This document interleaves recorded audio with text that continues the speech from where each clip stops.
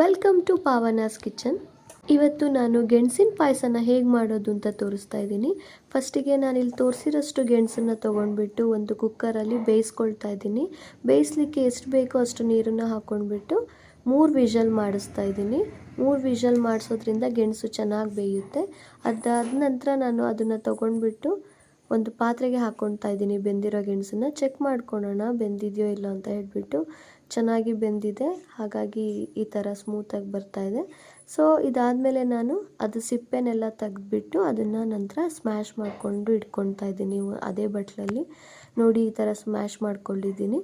ಇದಕ್ಕೆ ನಾನಿವಾಗ ಬೆಲ್ಲನ ಯೂಸ್ ಮಾಡ್ತಿದ್ದೀನಿ. ಬೆಲ್ಲ ಪೌಡರ್ನ ಯೂಸ್ ಮಾಡ್ತಾ ಇದ್ದೀನಿ. 5 ಟೇಬಲ್ ಸ್ಪೂನ್ ಬೆಲ್ಲ ಪೌಡರ್ನ ಯೂಸ್ ಮಾಡ್ಕೊಂಡಿದ್ದೀನಿ. ನಿಮಗೆ ಸಿಹಿಗೆ ಎಷ್ಟು ಬೇಕೋ ಅಷ್ಟು ನೋಡಿಬಿಟ್ಟು ಹಾಕ್ಕೊಳ್ಬೋದು. ನೀವು ಬೆಲ್ಲನಾರು ಹಾಕ್ಕೊಳ್ಬೋದು ಅಥವಾ ಸಕ್ಕರೆನಾರು ಯೂಸ್ ಮಾಡ್ಕೊಳ್ಬೋದು. ನಂತರ ಇದಕ್ಕೆ ನಾನಿವಾಗ 1 ಕಪ್ ಆಗುವಷ್ಟು ಬಿಸಿ ಹಾಲನ್ನ ತೊಗೊಂಡಿದ್ದೀನಿ. ಹಾಲನ್ನ ಚೆನ್ನಾಗಿ ಕಾಯಿಸ್ಬಿಟ್ಟು ಬಿಸಿ ಇರೋದನ್ನೇ ತೊಗೊಂಡಿದ್ದೀನಿ. ಅದನ್ನು ಹಾಕಿಬಿಟ್ಟು ಅದಕ್ಕೆ ಚೆನ್ನಾಗಿ ಮಿಕ್ಸ್ ಮಾಡ್ಕೊಳ್ಬೇಕು.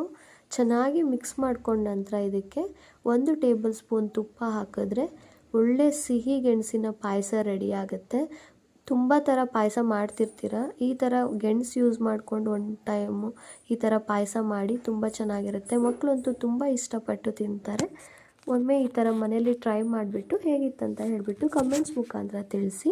ಮತ್ತಷ್ಟು ಹೊಸ ರೆಸಿಪಿಗಳ ಜೊತೆ ಬರ್ತೀನಿ. ಅಲ್ಲಿವರೆಗೂ ಧನ್ಯವಾದ. ಯಾರೆಲ್ಲ ಹೊಸದಾಗಿ ನನ್ನ ಯೂಟ್ಯೂಬ್ ಚಾನಲ್ ನೋಡ್ತಿದ್ದೀರಾ ದಯವಿಟ್ಟು ಸಬ್ಸ್ಕ್ರೈಬ್ ಮಾಡ್ಕೊಂಡು ನೋಡಿ ಅಂತ ಹೇಳ್ತೀನಿ.